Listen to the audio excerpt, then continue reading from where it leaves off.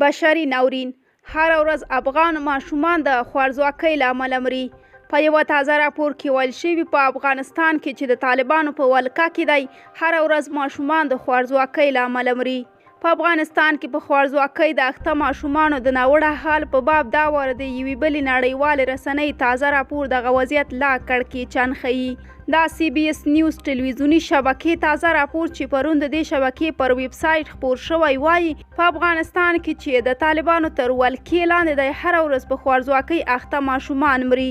د کابل په اندرا ګاندي روغتون کې یوه ډاکټر د یادې شبکې خبریال ته ویلي چې د ورځې په خوارځواکۍ یو یا دوه ماشومان ساه ورکوي، خو د افغانستان په لرو پرتو سیمو کې وضعیت تر دې ښایي ناوړه وي چې خلک پکې روغتیایي اسانتیاوې او حتی تر روغتیایي مرکزونو د ناروغانو د لیږدولو وس نه لري. د CBS نیوز په راپور کې اټکل شوی چې په افغانستان کې 90% کورنۍ کافي خواړه نه لري چې ډیر زیان هم ماشومانو ته رسیږي.